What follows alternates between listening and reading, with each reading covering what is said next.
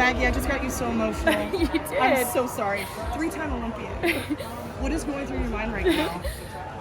Gosh, I have almost quit this sport so many times. I have almost quit. And if you had asked me 2 years ago or even at the end of last season, I was going to quit this sport because it's so hard. This is the hardest team to make. And I just feel so thankful that I get to do this and so blessed that God has totally made this my path. I never would have guessed this. Like, I'm a kid from a small town. Both my parents were coaches and teachers, and like, I can't believe that I get to be here. This is never anything that was on my radar. And I just feel like this is the best team that I've gotten to make because my husband coaches me. I got to see my husband with my college coach sit in the stands next to each other in qualifications. Like, this has been the sweetest season, and not because of the results, but because I finally feel like I get to enjoy what I'm doing. And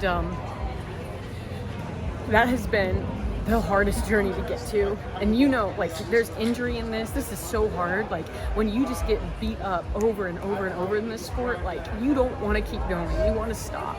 You want to stop financially. It's like, how am I even going to afford this anymore? And I just feel so thankful that I have strength coaches and a team around me that prays for me and allows me to get to do what I get to do. And I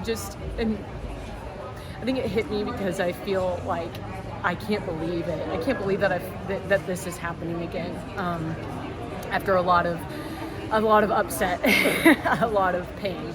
So, but behind and over the pain, there is healing, and there is a love and a endurance that just keeps us going, and keeps us trusting. What made you decide to come back? Because you almost quit. Yeah.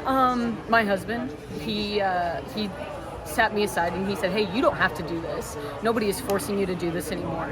And I was like, "You're right." And he said, "But I do think that you were given a gift, and I do think that you were supposed to steward this gift. And so if you are meant to walk in your purpose, like, this is your purpose. And if the purpose is to throw the javelin so that you get to tell people about Jesus Christ, then that is what you are here to do." And so putting that aside, putting around, I fouled out 2 years ago at the Team US, or the World Championship, whatever, USA's. And so to be able to come back and say, all right, like, that was painful. How do I trust this again? Like, you have to have people in your corner who are going to continue to push you forward and say, you can do this and you should do this, but you have to believe it. And so I just feel like he's the reason why I'm doing this. He's the reason why I've continued to do this and I haven't quit. It goes all the way back even to Texas A&M. Like, he came into a locker room one time where I was like, I never want to do this again. This sport sucks. And he came in and he was like, keep going, like, keep going. So he's the propeller behind all of this. So shout out to Sam. Shout out to Sam Hardin, my man. Yeah.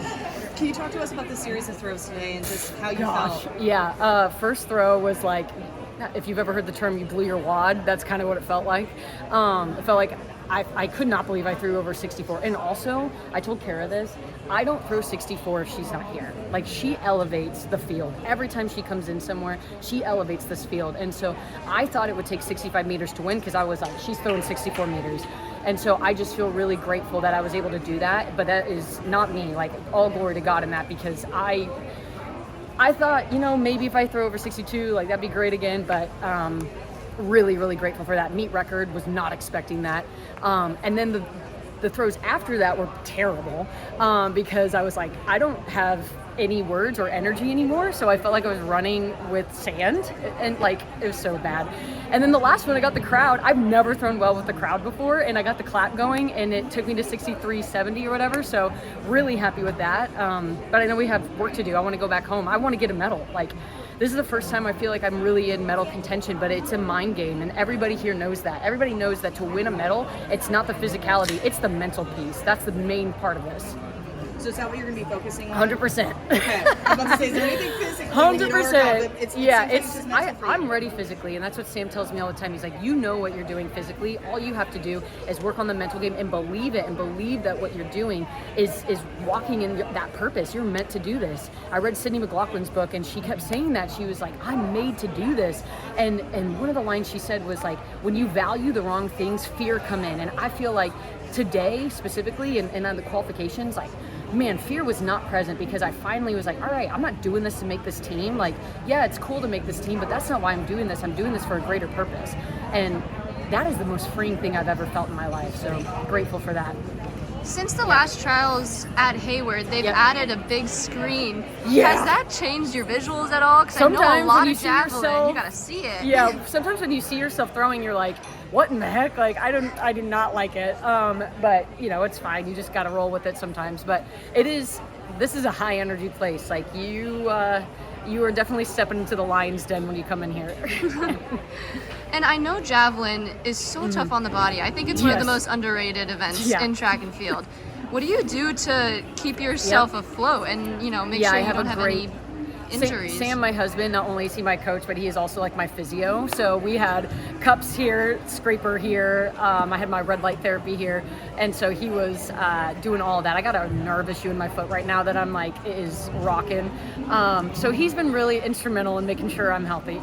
Sam is wearing a lot of hats. He's wearing a lot of hats. He is amazing. And talk about walking in something you were meant to do. He said, you know, it's funny because he was a javelin thrower and he was like, this is my dream to make the Olympic team. But he said, when I look back, I was doing programming for myself when I was like 14 years old. And to see that kind of come to fruition with coaching me, like he is walking in his purpose too, which is really, really powerful.